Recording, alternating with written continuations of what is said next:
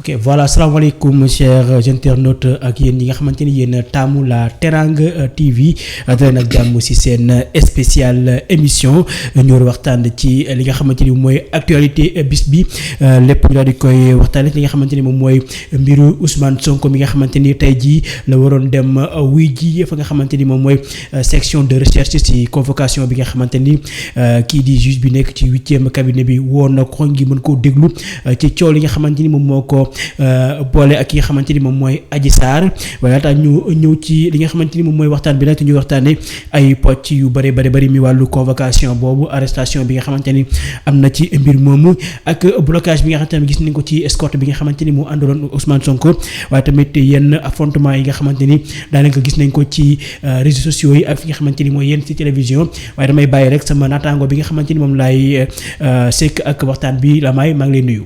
Mor maa ngi lay nuyu bu baax a baax di nuyu waa Sénégal di nuyu internautes yi. di leen wax dal leen ak jàmm ci seen plateau spécial ci Teranga TV. daa mel tey da ngaa daanoon tey de. waaw du question daanaanu sax xam nga dëkk bi xamatuñ quoi. Sérieusement xamatuñ bon même sooy génn sax sa yaram day daw du moment où même sa yaay bu nekkee bitim réew. ma koy nuyu au passage depuis Espagne. di ko wax ñu ngi si jàmm ak salaam. ok voilà parce que yu mel nii su amee rek dootul tëdd dootul nelaw di ko wax ni métier bi moo mel ni yaay.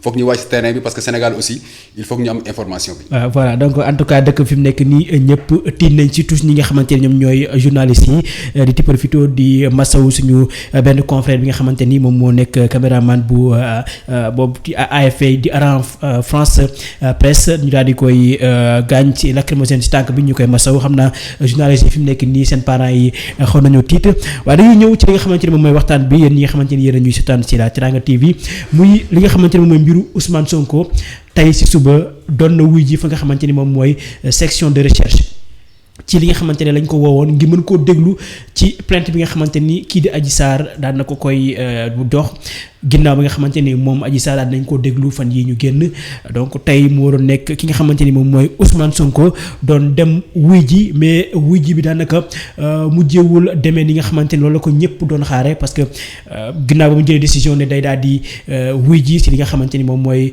boobu ñu ko woo ginnaaw bi nga xamante ni bu njëkk dafa waxoon ne du wuy ji ak ñi nga xamante ni woo nañ ko ku ci mel ne sëriñam ak ñi nga xamante ni yenn kilifa yi ko woo ba mu nangoo dem wuy ji ndax di doon bañ coow am waaye coow daanaka mujjee naa am ci mbir moomu donc la may tey mu mel ne dafa am leen loo xamante ne daanaka sénégalais yi bàyyi ñu ko woon xel ne li am tey dina am. parce que ki nga xamante ne moom mooy Sonko jëloon na dogal ne day wuy ji mais li andi coow li moom mooy fi mu waroon a jaar ak fi nga xamante ni fa lañ ko bëgg a jaarale moom mu ne duñ ko taamal fi nga xamante ni fa lay dem. Je pense que nit ki nga xamante ni dañ laa woo jox la heure l'essentiel c'est que nga ñëw wuy si mais je pense que li nga xamante ne moom moo andi coow li nga xamante ne moom moo andi xuloo bi ba li am moom mooy fi nga xamante ne lañ ko bëggoon jaarale moom mu ne du jaar foofu mooy jaar yoonu boppam. andi coow li ban jàngal nga am ci li nga xamante ne moo am suba gi ci wàllu yoon bi mu war a jaar ak bi mu warul jaar ba mu war a xëccoo am ba li am. waaw xam nga pour man. Ousmane Sonko dafa njuy gaay selon man seen plan B moo nekkoon nañ ko andil benn affaire sama jàngat. parce que du moment où fooguñu woon ni Ousmane Sonko dina teel a nangu que ni dina uy ji. quoi qu'il en soit. ñëpp xamoon nañ ni Ousmane Sonko même su wootewul woon su waxul woon kenn. taw j'espère que waxul kenn. fekk si ma pour gunge ma tribunal. te même bu woote woon ne Sénégalais bu ma kenn topp nit ñi dinañ génn. loolu yàlla may na ko gudduñ toll nii nañ ko nangul muy gën këram ay nit taxaw nañ ne dañuy ànd ak moom oto bi di dem yow dem nga ba benn moment arrêté nga ko ñaata yoon parce que kii rond-point Mermoz boobu moo nekk 4e fois. fi ñu ko arrêté. lan la gars yi doon ut quoi nit kaa ngi dem c'est-à-dire bu nekkoon dafa toog këram demul là on peut dire mais mu ngi dem. Première fois arrêté nga ko créer embouteillage mu dem deuxième fois encore créer na embouteillage ngi bàyyi mu dem ba 4e fois bi.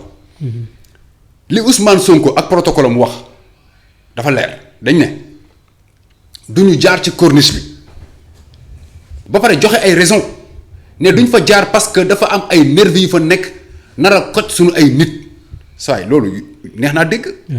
bu doon dañ koo wax te gonewuñ benn image laa ñu ne dafay am lu muy ut mais ba mu ko waxee protocole ba mu ko waxee force de l'ordre yi mais la ma waroon nekk réaction force de l'ordre yi automatiquement ak préfet bi mais déployer benn équipe mu dem seeti li gars yi di wax ndax dëgg la am déet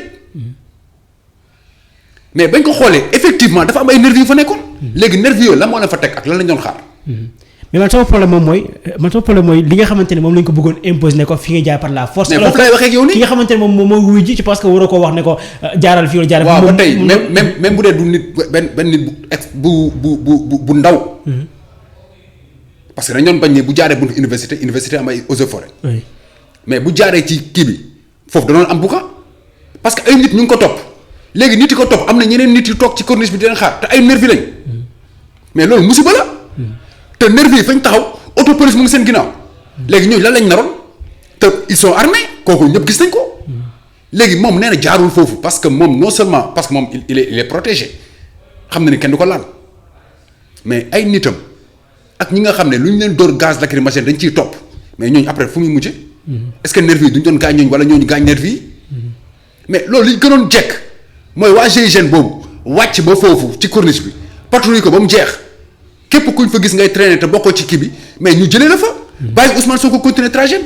c'était aussi simple comme bonjour quoi. waaw si loolu sax dafa mel ni sax ñoom liggéey bi commencé woon na rafet ci commencement parce que gisoon nañu waa GIGN ñu escorté ko ba benn instant ba ñu dem ba bëgg a jege benn lieu bi xaw nañoo téye nit ñi moom ñu bàyyi ko mu dem mais après quelques instants après ñu gisaat ne arrêté waat nañ ko si ba jékki-jékki ñu ne ñi nga xamante ni ñoom ñooy garde rapproché wu waa Ousmane Sonko arrêté nañ leen je pense que foofu la coow la jógee ba nga xamante ni ñu mujjee ay xëccoo yu am bañ ne fi mu nekk ni dañ koy cueillir parce que dafa def li nga xamante ni trouble à l'ordre public ak li nga xamante ni moom mooy participation à une manifestation interdite man ñaari termes yooyu man moom laa comprendre fan la jógee. xam nga trouble à l'ordre public. loolu mënul woon ñàkk ba mu amee. foofu ngay xamee ni day am. mais moom participer wul c'est ça le problème. non man su ma juumul balaa gars yi di ko yëg Vincent peut me témoin dama ko yónnee message ne ko dinañ ko inculper trouble à l'ordre public. je pense que loolu waxoon nañ ko fii tamit ci. waxoon nañ ko fii tamit ci Allo la Teranga aussi. c'est-à-dire boo xoolee kii bi nu mu demee rek ngay xam parce que dispositif bi fa nekkoon ci GIGN non kenn mënul woon téye cortège bi dem. bu jaaroon buntu université yàlla xam ne day dem temps bi ñu toog foofu yëpp di régler protocole ak ainsi de suite nii boobu fekk na xoolal eggoon na ba dugg ci juge bi ba toog di wax léegi kan moo créé désordre bi kan la nii ngay jaar yow yaa ma ko sàkkale yow yaay nguur léegi ma ne la man fi nga ma bëgg a jaaral dafa am ay nit fa nekk te dañoo armé wu mais demal seeti ñooñu ñan la. c'est vrai oui.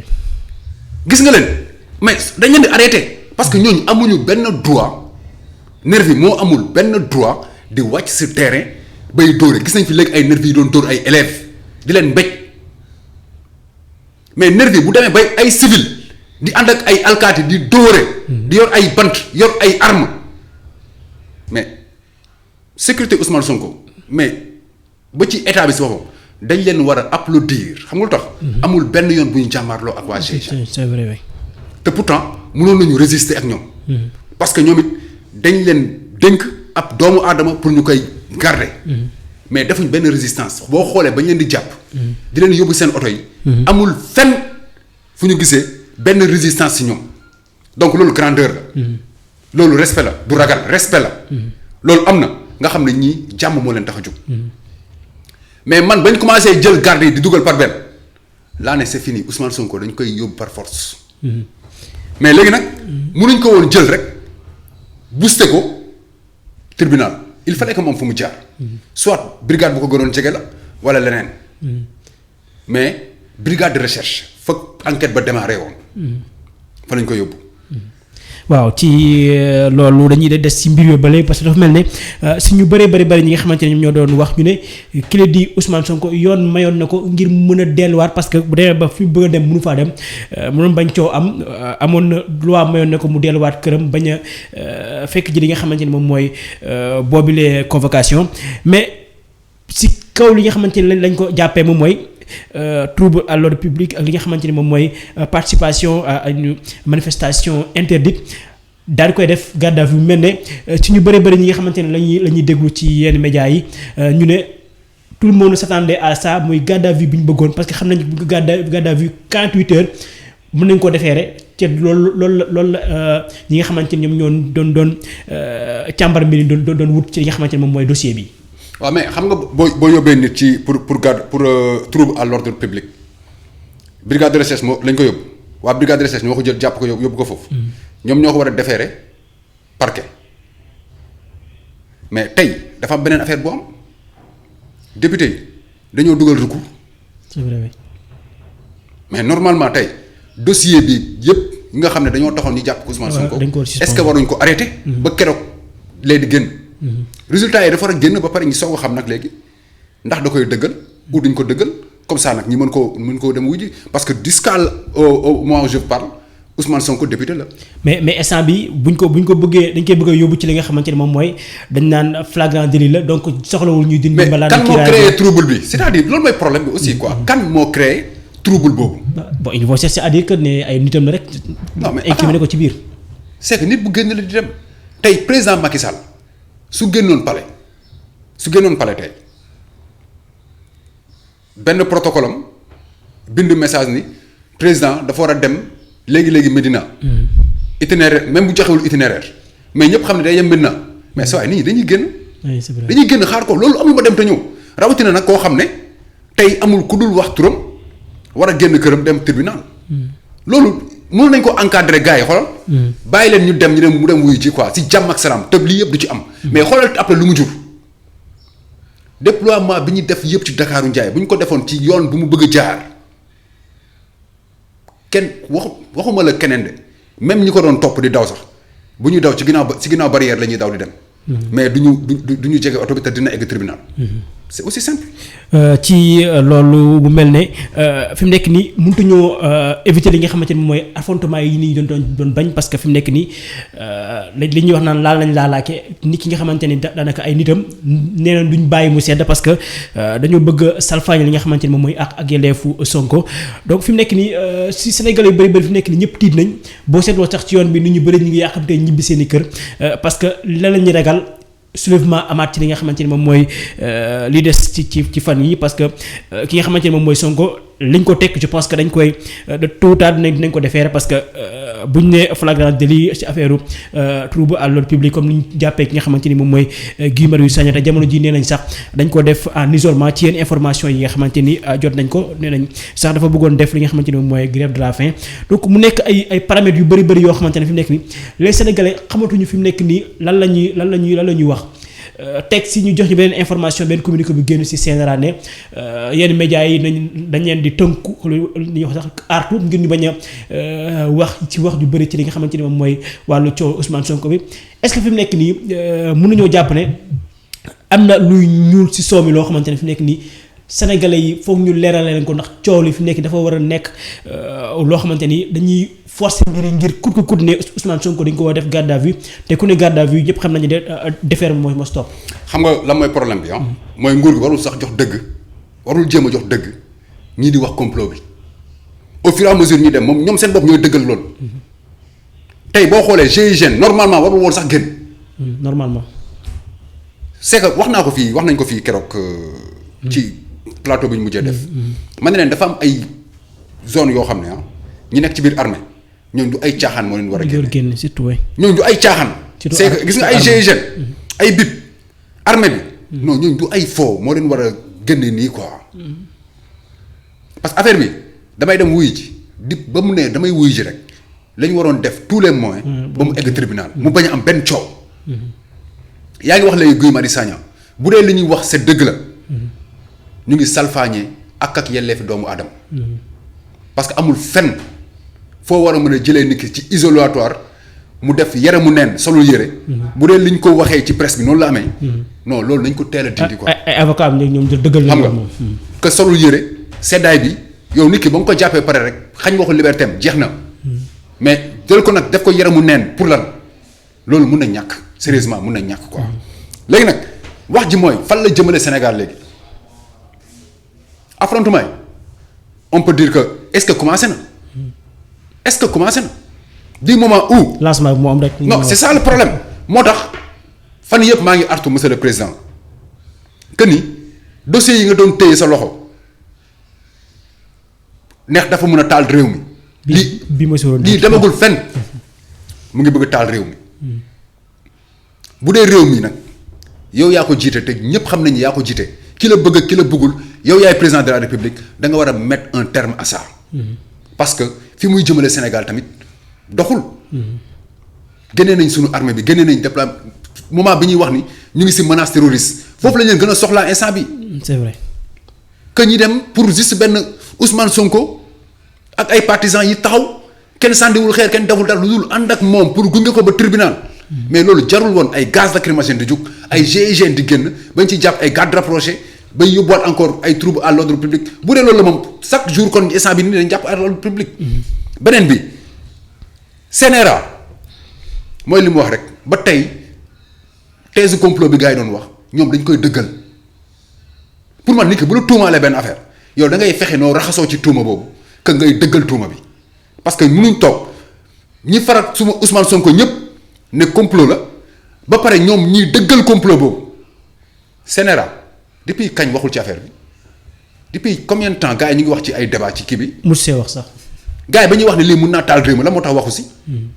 toog ba tey muy génnee communiqué di artu su ma juumul ñetti télé la fi artu 2S Walf ak Sen TV.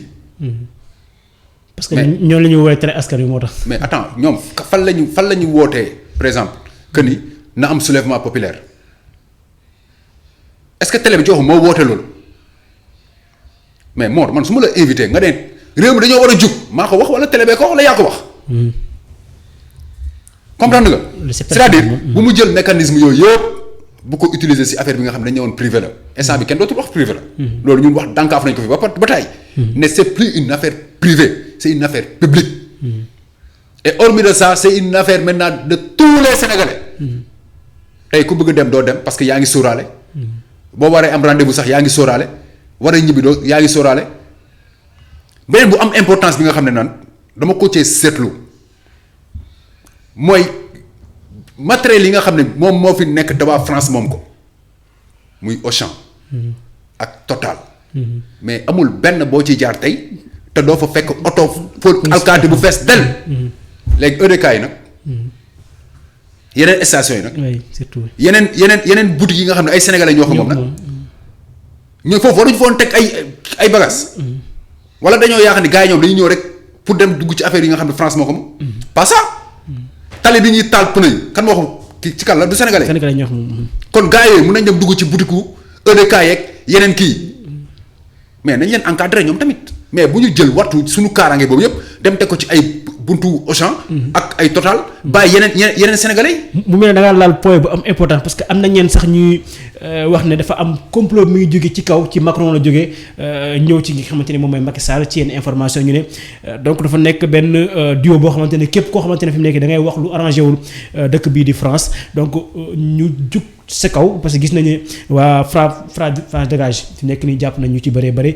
ak képp ñëpp ñu bëri ñoo xamante ne dañu doon wax ci li nga xamante ne moom mooy wàllu français ak lu mel ñu seetlu si benn image bu am importance te ñu bëri daanaka bàyyi ñu si xel ñeneen ñi ngi naan doon romb rek muy benn auto militaire bu armée française bu ñu gis mu si côté yooyu fa nga xamante ne fa la manifestants yi nekkoon donc lan la fa auto boobu doon def ci li nga xamante ne moom mooy bërëb boobu ndax da doon romb rek wala dafa génnoon ngir ñëw ci li nga xamante ne moom mooy si biir nit ñi en tout cas nit ñu bëri ñu ngi posé question ci lan la fa armée française doon ut ci li nga xamante ne moom mooy wàllu affaire Ousmane Sonko bi. waaw xam nga image yooyu gis nañ ko. mu nekk ci ginnaaw auto police Sénégal. di dem ak ñoom. armée française lu mu ci. c'est que loolu la ñuy wax suñu kaaraange ñun mun nañ ko gérer. oui ñoom lan moo ci seet yoon mooy li mu la wax léegi quoi yow boo demee bay wattu ay magasin yoo xam ne ay France ñoo ko moom. bàyyi yi nga xam ne sénégalais yi ñoo ko moom. là y a problème. ba tey mooy li mu wax quoi gis nga nit bu ñu lay jiiñ dëmm bu ñu la fekk mukk ngay soccoo yeelu liir yow mënuñ la jiiñ complot lii am ñi naan yow France moo nekk sa ginnaaw parce que moom moo bëgg sànqlu Ousmane Sonko ñii dëggal lii. c'est que man soo ma tuumalee benn affaire damay fexe def le tout di teggit boobu tuuma mais pas di enfoncer tuuma bi pour nga koy gën a gëm en tout cas président dafa war a jël ay responsabilités actuellement quoi xam ni moom dafa jiite ay sénégalais. jiite sénégalais bi ko mag bi mu mag ki ko ëpp xam-xam ak ki mu ëpp xam-xam yaa may dégg dafa war a delloo si waat xelam bu baax a baax xam ne sénégalais yi ñoo ko fal c'est un sénégalais yi ñoo ko jox njàng ba keroog muy dem am lu muy am tey fii la defee léppam su méttee ba métti Sénégal la ay waajuram fi lañ nekk kon warul xool lii taal réew mi parce que bu taalee réew day wàll yaan fépp bu mu xool ni moom force défense sécurité bi yëpp mu ngi ci moom. moom mun na ko am mais famille dafa yaatu. si ñëpp lay touché donc na delloo si waat xelam ci loolu. boo ko sénégalais yi di fal 2012 na xelam dem ci loolu que ay bakken wàcc nañ sénégalais yooyu seen ay parents ñu ngi fi boobu ak léegi am na si ñoo xam ne ñu ngi tëdd kaso am na ñoo xam ne dañu leen fa fàtte woon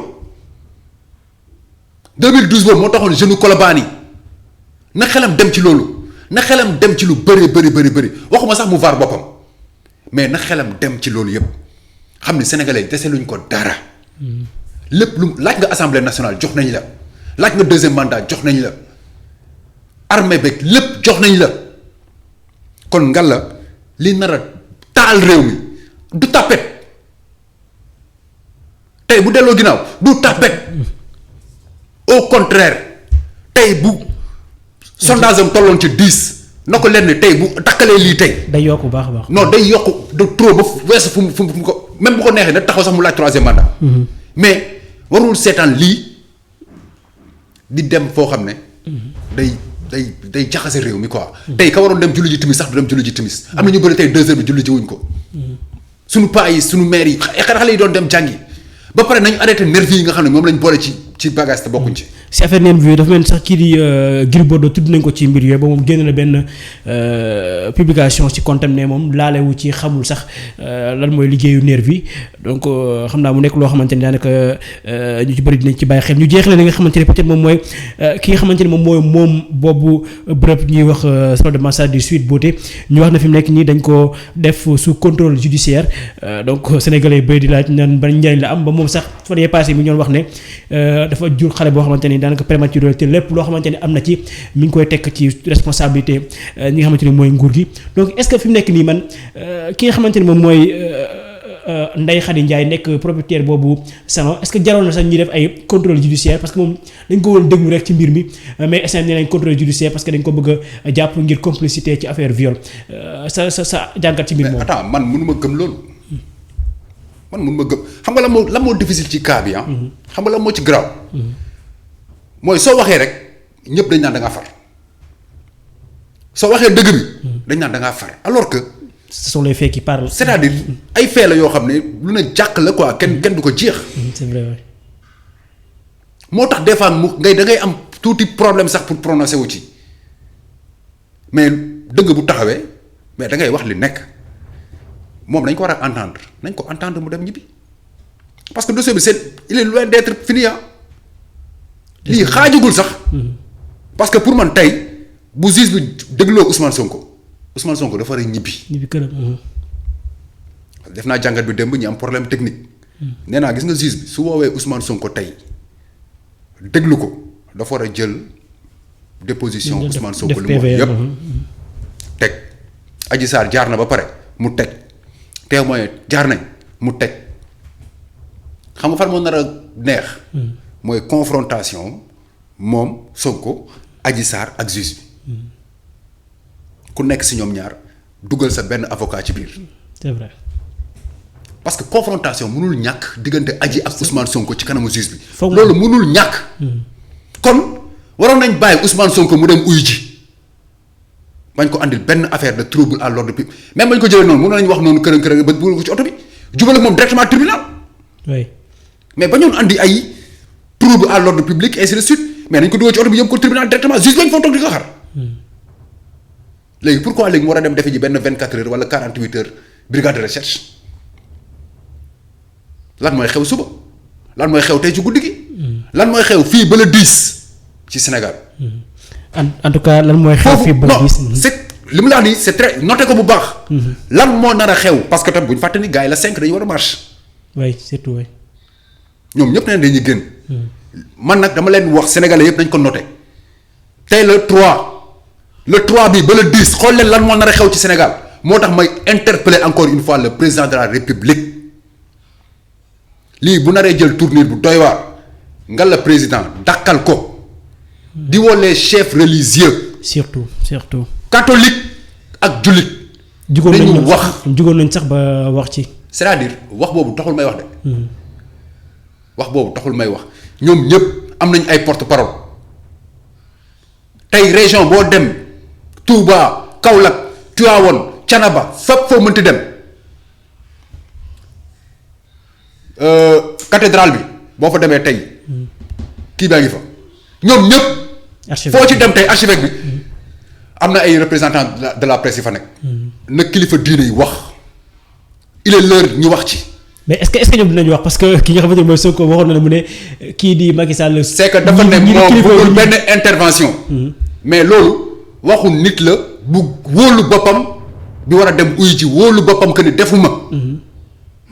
mais si biir wax dafa ne kii di Ousmane Sonko kilifa yi sax bu ñu ci waxee du am njëriñ parce que yàgg nañoo wax mu dëgër bopp moo tax. waaw kenn du si yëkkati parce que dafa am ñu fi jaar.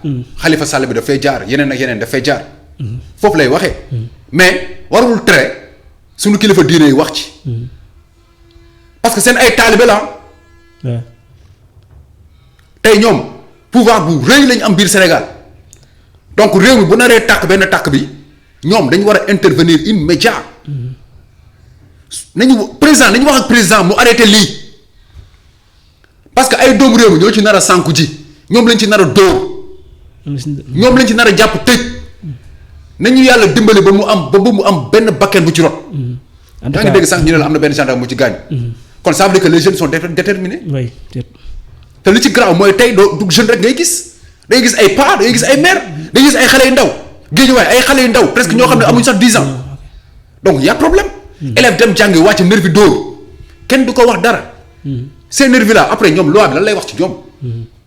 pour man boo nekkul tàkk der waroo taxaw ci nit ñi di leen interdire benn affaire am na ñu koy war a gérer nañ gérer loolu. voilà donc ma lay jaajëfal nga joxe sa dernier mot ci li nga xamante ni moom mooy mbir mi ak ban message nga bëgg a envoyer ci ñi nga xamante ni ñoom ñooy ànd ak Sonko ñi nga xamante ni peut-être que ñoom ñooy véhiculer yenn mbir yi ci li nga xamante ni moom mooy mbir mi ak li dara xew fii ak ay fan ñu jëm. man su may interpellé du ma wax dara gu gaaw Sonko yi parce que ñoom loo mënti wax lu dul bàyyi nañ seen leader waxoo leen dara ay gaynde yi déggul jat lañ fu mu toll nii. mais ki nga mën a waxal mu dégg la mooy le président de la république man damay jéggi ay juge ak ay Antoine Félix ak ainsi de suite policiers yi man gis nga gars yi wàcc ni si terrain bi ni policiers ak jeunes yooyu lu ñu mënti def man je ne leen déplame de dara parce que képp ku xam armée moo xam da ngay dee moo xam da ngay jooy moo xam da ngay mer da nga koy defi les ordres moom c'est à exécuter mu neex la mu nakari la c'est à exécuter moo tax ñoom. sooy wax da ngay wax ak ki leen commandité mais ñoom du mu leen reprocher de quoi que ce soit ça c'est un ki ngay mën a lancer message mooy président de la république président dossier bi ak nu mu mënti toll téye nga fi ay dossiers yu mënoon taal réew mi ni nga wattoo woon dossiers yooyu ba réew mi tàkkul nit ñi doxi seen ay soxla def ko ci dossier bi c'est très important doo ci perte dara lu dul gagner ci kay. parce que suñu borom dafa ne fitna mu ngi nelaw bu ko kenn yee tey fitna bi su yeewoo ba jug te nga xam ne fitna mu ngi am ci réew mi nga koy seetaan am na trahison loolu il faut nga xam ko yow yaa ñu jiite yow yaay suñu président yow yaay représenté yàlla suñu borom fii munoo représenté yàlla suñu borom moom nag bi la sàkk nga ne ko boo jëlee Sénégal dik ko depuis lu jiitu sa juddu. nga ne ko Sénégal su ma ko jiitoo dinaa ko gérer képp ku fa nekk dinaa la gérer dinaa teg si yow loxo ba dara du la dal suñu borom jox la boobu pouvoir nga toog di seetaan tey loo xam ne yow tey boo waxoon léegi mu dakk nga toog di ko seetaan bu réew mi tàkkee dañ ci am responsabilité booy layoo ak non seulement ak doomu aadama yi kenn ku ci nekk si ñun mais ak suñu borom mi la sàkk parce que moom nga ko njëkk a dikk avant qui que ce soit kon lii bu naree taal réew monsieur le président dakkal ko.